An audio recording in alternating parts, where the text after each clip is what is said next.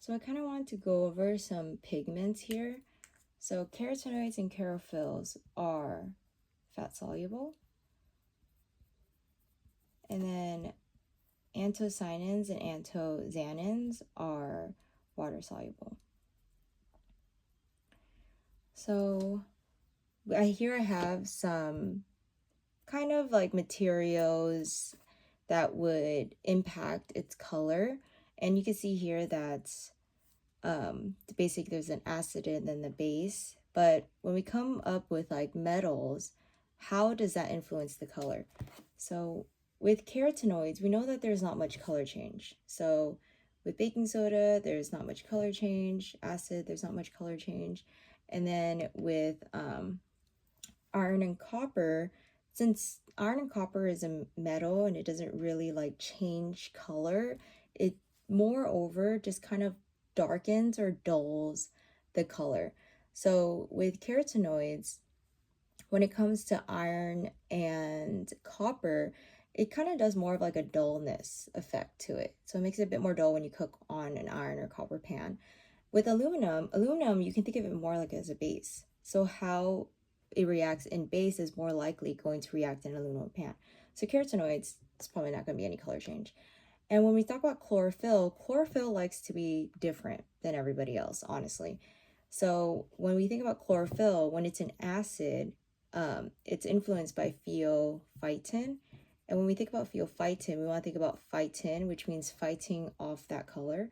So when it's an acid, it's going to have like an olive green color, which is kind of like different compared to the others because you kind of see more of like a brighter color in a sense that, for example, anthocyanins, they have more of like a red purple.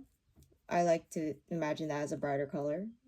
And anthocyanins, xanins for like potatoes, onions, like whiter hues, it's not going to have much color. It's probably going to stay white. And for baking soda, that's influences chlorophyll because it makes it, it's called chlorophyllin.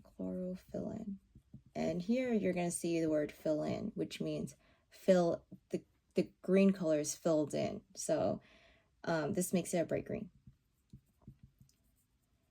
And then for anthocyanins, it's going to be more of like a green-blue color.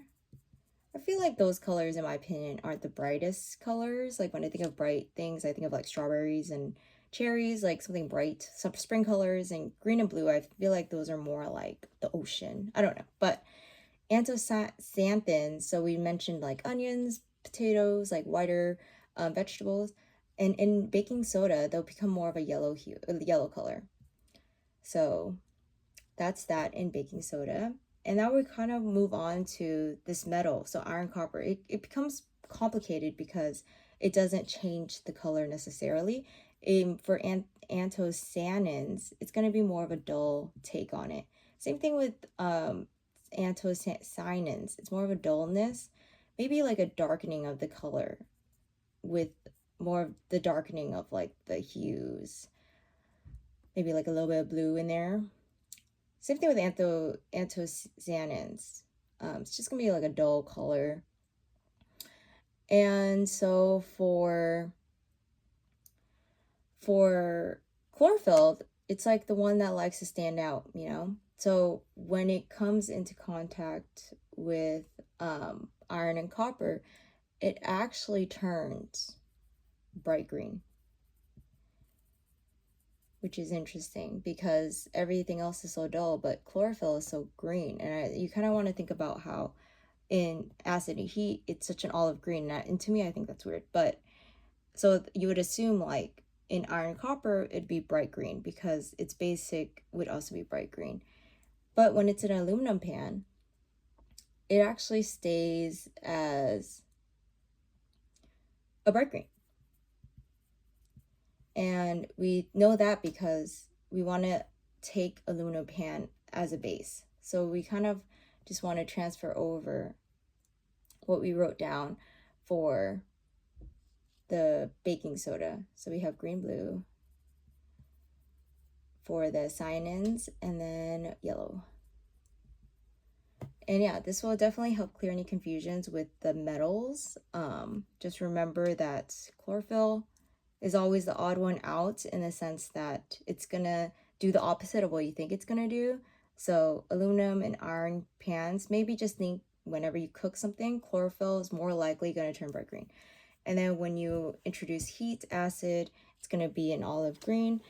And then pretty much carotenoids don't have much color change. Even on an iron copper, you're gonna see it turn a bit more dull.